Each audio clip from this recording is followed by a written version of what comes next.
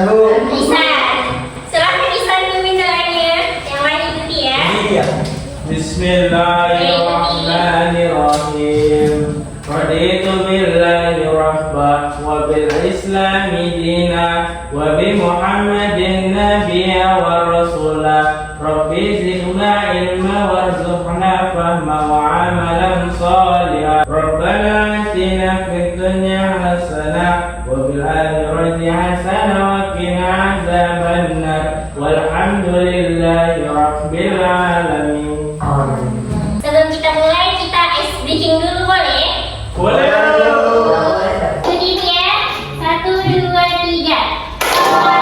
Konsentrasi, mari konsentrasi, konsentrasi, dimulai. Nama saya Muhammad. Nama saya Aditya. Nama saya Nama saya Rian Afandi. Nama saya Ihsan. Nama saya Nama saya Lukman. Oke,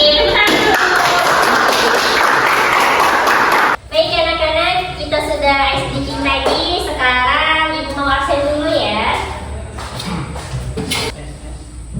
Aditya, Hadir, Bu.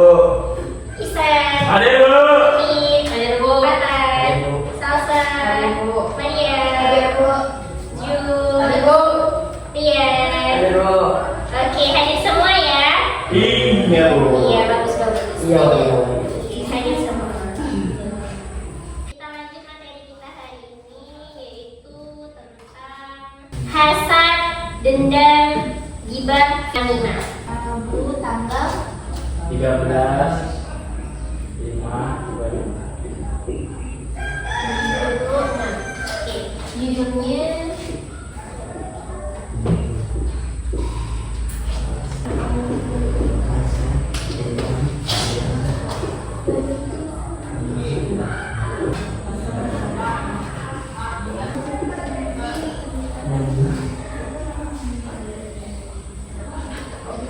Oke, apa judulnya? Coba dibaca. Iya, hasad. Kita bahas yang pertama dulu mengenai hasad. Hasad atau dengki itu sama ya. Nah, hasad atau dengki adalah perasaan tidak senang terhadap orang lain yang mendapat nikmat dari Allah. Nah, orang yang memiliki sifat hasad, dia selalu merasa iri hati jika melihat orang lain hidupnya senang. Nah, hasad, dengki itu sama dengan iri. Bisa disebut juga dengan iri. Makhluk Allah yang pertama kali memiliki sifat dengki atau hasad itu adalah iblis. Ya, jadi makhluk Allah yang pertama kali memiliki hasad yaitu iblis. Kenapa begitu? Ada yang tahu? Ada yang tahu asal mulanya iblis atau setan itu dikeluarkan dari surga? Kenapa? Karena kesombongannya. Ya, bisa jadi. Terus itu lagi Melanggar perintah Allah. melanggar perintah Allah. Perintah yang bagaimana itu?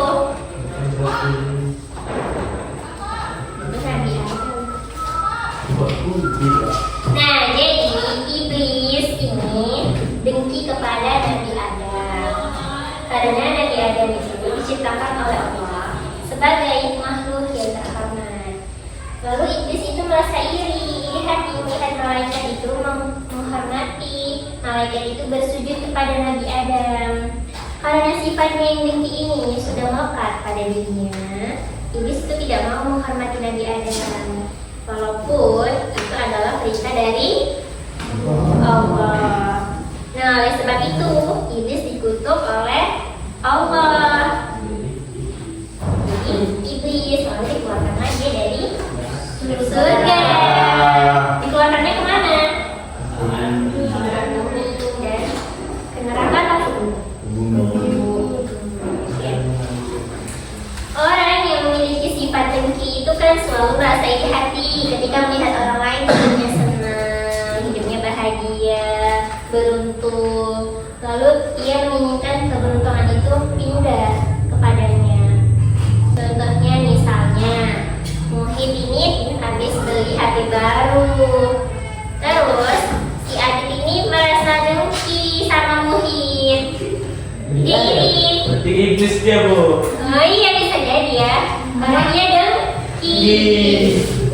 Dia iri. Si Muhid bisa beli HP baru. Kenapa dia bisa beli HP baru? Harusnya aku yang beli HP baru, bukan Muhid. Nah, gitu. Nah, itu termasuk sifat dengki. Sifat seperti itu tidak boleh ya. Tidak boleh, jangan sampai ada dalam diri kita.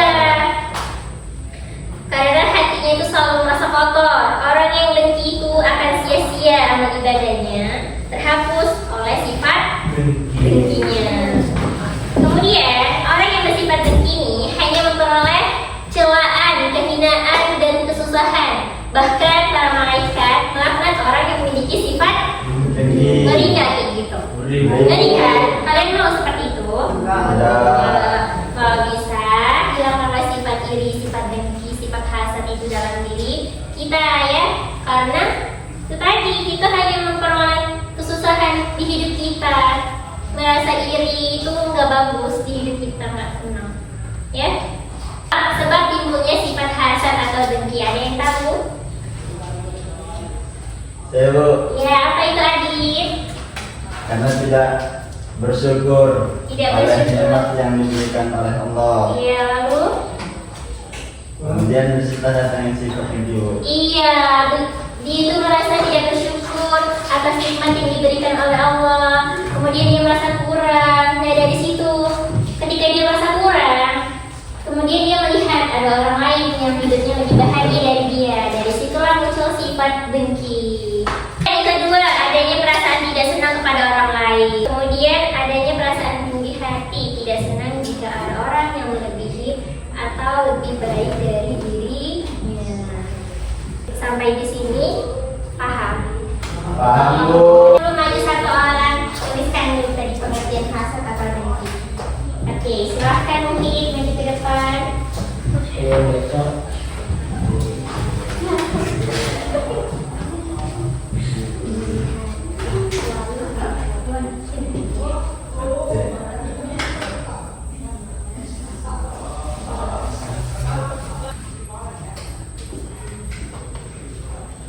Oke, tepuk tangan dulu untuk Muhid. Dendam. Dendam.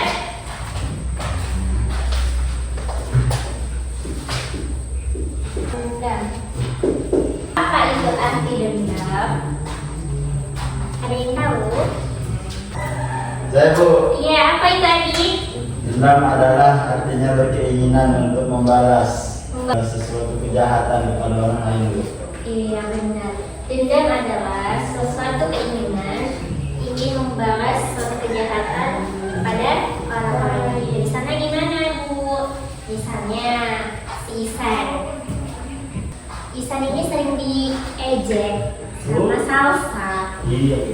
Terus ketika Salsa sering ngejekin Isan, si Isan ini gini dalam hatinya. Oh, kalau ya Salsa ya, awas kau ya. Aja nanti kau balas nanti. Kalau ada ngejek aku, balas kau nanti Salsa. Nah, itu namanya Dendam. Allah sangat membenci orang yang pendendam. Kenapa, Bu? Karena sifat pendendam ini sangat membahayakan dan merugikan orang lain. Betul, betul. Benar kan? Betul. Sesuai sabda Rasulullah yang artinya orang yang paling dibenci Allah adalah orang yang paling pendendam. Ngeri nggak? Ngeri. Ini sabda Rasulullah. Orang yang paling dibenci Allah adalah orang yang pendendam. Jadi satu orang tuliskan artinya dendam.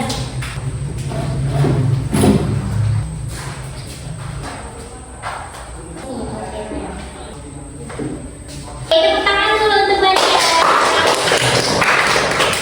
Perempuan keren. Apa itu pengertian gibah? Ada yang tahu? Apa itu, Bang? Menceritakan seseorang dari belakangmu. Iya, menceritakan seorang dari Masya Allah. belakang, mengunci seorang di belakangnya. Tepuk tangan dulu untuk Isa. Gibah artinya mengumpat atau mengunjing, yaitu perbuatan atau tindakan yang membicarakan orang lain di belakang orang yang dibicarakan. Tidak. Kenapa tidak bagus? Jangan yang menceritakan seseorang dari belakangmu. Itu membuat dosa. Baru berani di depan ini. Kalau berarti di depan semua pakai jangan di belakang. Ya kan, Allah berfirman dalam Al-Quran surah Al-Hujurat ayat 12. Coba Abang baca dulu Bang suratnya. Bismillahirrahmanirrahim. Ya ayyuhalladzina amanu ijtanibu katsiran minadh-dhanni inna ba'dadh-dhanni ithmun wa la tajassasu wa la yaghtab ba'dukum ba'dha yuhibbu ahadukum ay ya'kula lahma akhihi maitan wa karihtumuh wattaqullaha innallaha tawwabur rahim. Surah Al-Hujurat ayat 12. Artinya. Ya, artinya. Yang artinya, wahai orang-orang yang beriman, jauhilah banyak prasangka. Sesungguhnya prasangkaan itu dosa. Dan janganlah kamu mencari-cari kesalahan orang lain. Dan janganlah ada di antara kamu yang menggunjing sebagian yang lain. Apakah ada di antara kamu yang suka memakan daging saudaranya yang sudah mati? Tentu kamu merasa jijik. Dan bertakwalah kepada Allah. Sesungguhnya Allah Maha Penerima Taubat, Maha Penyayang. Surah Al-Hujurat ayat 12. Iya, simpulkan ya bahwasannya ghibah ini adalah termasuk sifat yang tercela. Dan kalau kita menggibahi orang itu sama dengan kita memakan bangkai saudara kita sendiri. Kalian bayangkan memakan bangkai itu seperti apa rasanya? Jijik kan? Ya seperti itu loh kalau kalian menggibahi teman kalian. Kelihatannya biasa saja, padahal itu perumpamannya seperti memakan bangkai saudara. Jijik? Ya. Makanya jangan diulangi lagi. Dengan sabar. Dengan teman ya.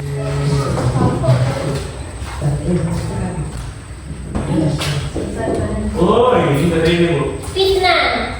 Nah, firman Allah dalam surah Quran surah Al-Baqarah ayat 217 yang artinya, sedangkan fitnah lebih kejam daripada pembunuhan. Yang suka memfitnah itu biasanya orang yang pengecut. Kenapa pengecut? Karena dia tidak senang melihat kehidupan orang lain senang atau bahagia. Dia berupaya agar orang lain itu jatuh dalam kebinasaan. Ya, sampai sini paham tentang fitnah?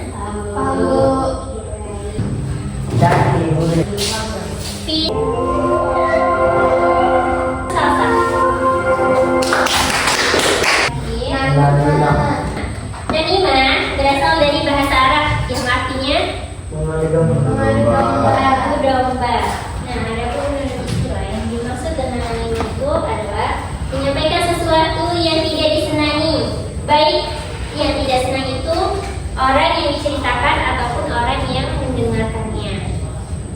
Kita bisa menyebutnya dengan adu domba. Jadi namimah itu sama dengan adu domba. Namimah adalah menyampaikan atau menceritakan rahasia orang lain sehingga merusak nama baik orang tersebut. Seringkali terjadi namimah dilakukan oleh orang yang sengaja ingin menimbulkan permusuhan antara seseorang dengan orang yang lain. Baik anak-anak, sampai di sini ada yang ingin bertanya? Bu, Iya, Adit, apa itu? ghibah kan artinya membicarakan aib orang lain kan Bu? Iya. Nah, jika membicarakan aib orang muslim, hukumnya pasti dosa Bu. Iya. Kalau membicarakan aib orang kafir Bu, apa hukumnya Bu? Nah, gini ya, yang namanya ghibah itu kan membicarakan aib orang lain ya. Itu tidak memandang baik kita bicarakan orang muslim ataupun orang kafir, itu sama dengan ghibah Adit. Jadi hukumnya sama-sama berdosa. Karena ghibah itu tadi kan termasuk sifat tercela ya. Nah, ya kan? Ya Bu. Ghibah termasuk sifat tercela. Jadi kalaupun yang kita bicarakan itu orang kafir, tetap saja kita berdosa. Adit paham? Paham Bu. Ya, jadi ghibah maupun itu orang kafir yang kita bicarakan itu tetap menjadi dosa buat kita. Karena kita orang muslim, kita tahu ghibah itu dosa. Jangan kita membicarakan orang ya walaupun yang kita gibahin itu orang kafir, dosanya di kita nanti, mereka yang berkurang dosanya pindah ke kita. Sampai sini paham lagi? Paham, Bu. Oke, ada lagi yang ingin bertanya? Ada Bu. Ya, Ihsan apa Ihsan? Ya, tanya Bu, bagaimana supaya kita kan dendam? Jadi kita ini ada dendam sama orang Bu. Jadi supaya kita nggak ingin membalasnya gimana Bu? Walaupun kita dendam gitu sama orang Bu. Iya. Bagaimana caranya supaya sikap dendam kita itu tadi, rasa ingin membalaskannya itu tadi hilang gitu ya? Ya, Bu. Oke. Dengan kita memaafkan itu akan membuka aliran hidup yang tersendat meskipun itu butuh proses ya. Kemudian lepaskan dan beri waktu. Yang terakhir itu kita fokuslah pada masa depan kita ya kan. Jangan mengingat kesalahan orang lain terus menerus. Udah kita maafkan, kita hilangkan, kita fokus aja, kita alihkan pikiran kita ke hal yang lebih positif dan prestasi-prestasi yang lebih bagus. Paham Ustaz? Yang lain paham? Paham, Bu. Nah, ini yang ada di depan ini yang sudah kita bahas ini hilangkan dalam diri kita ya. Oke, baik anak-anak, jika tidak ada lagi pertanyaan, kita akan diskusi. Kemudian dibagi menjadi dua kelompok ya. Ini kelompok pertama, ini kelompok kedua. Oke? Kelompok pertama, kelompok kedua. Ini ibu ada kartu. Kalian ini untuk kelompok pertama, satu kartu ini untuk kelompok kedua. Bisa. Kita mulai dari sekarang. Silahkan dikerjakan.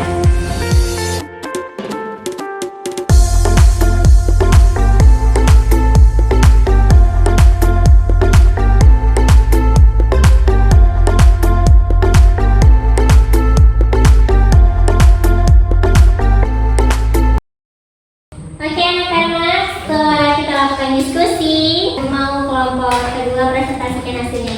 Mau kalian presentasikan dulu deh isi dari kartu kalian.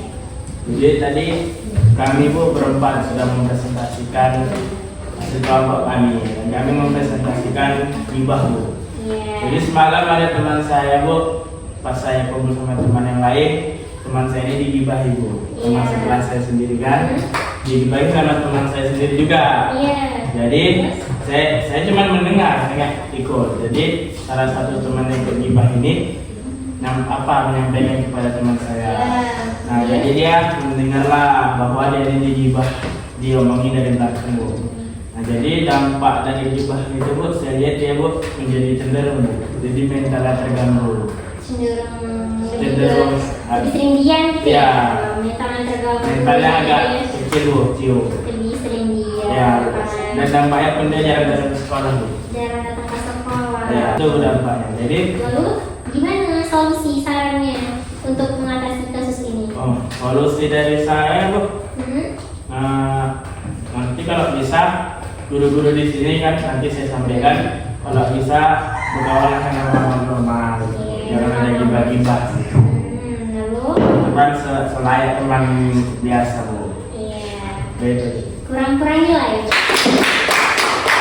Kita tadi sudah menyampaikannya dari awal, sudah ibu sampaikan pengertiannya, kemudian teman-temannya juga sudah bertanya, sudah menjawab, sudah aktif, sudah kita lakukan diskusi, sudah dipresentasikan tadi sama teman kita.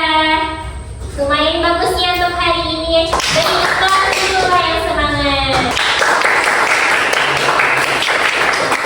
Ibu mau kita sama-sama kita simpulkan dulu poin penting dari materi kita hari ini, kelima sifat tercela ini. Ada yang bisa menyimpulkan? Saya Bu. Ya bisa, silahkan. Jadi saya ingin menyimpulkan Bu, mulai dari hasad, dendam, gibah, fitnah, dan namimah. Ini semuanya sungguh perbuatan yang sangat tercela Bu. Dan ini perbuatan bukan dampaknya bukan ke kita atau bukan ke diri sendiri ataupun apa, dampaknya juga ke orang lain. Dan ini pun perbuatannya sangat yang sungguh berdosa Bu.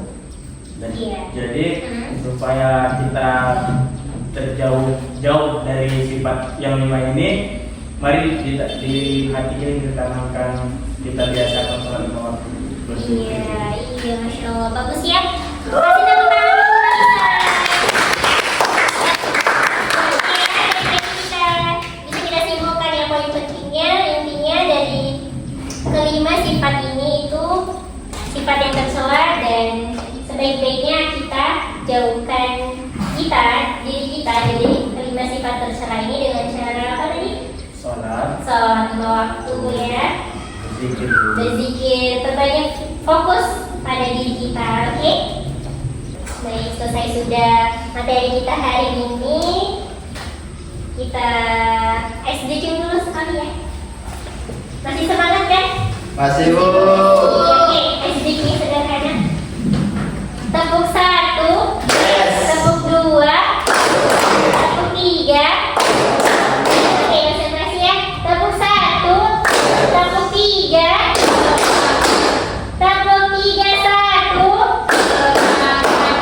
Oke, tepuk tangan dulu untuk kita semua. Kita tutup materi ini dengan berdoa. Bismillahirrahmanirrahim. Bismillah. Tawakkaltu 'ala Allah, la haula wa la quwwata illa billahil aliyyil azim. Amin. Oke, selesai sudah materi kita. Wabillahi taufiq wal hidayah. Assalamualaikum warahmatullahi wabarakatuh. Waalaikumsalam warahmatullahi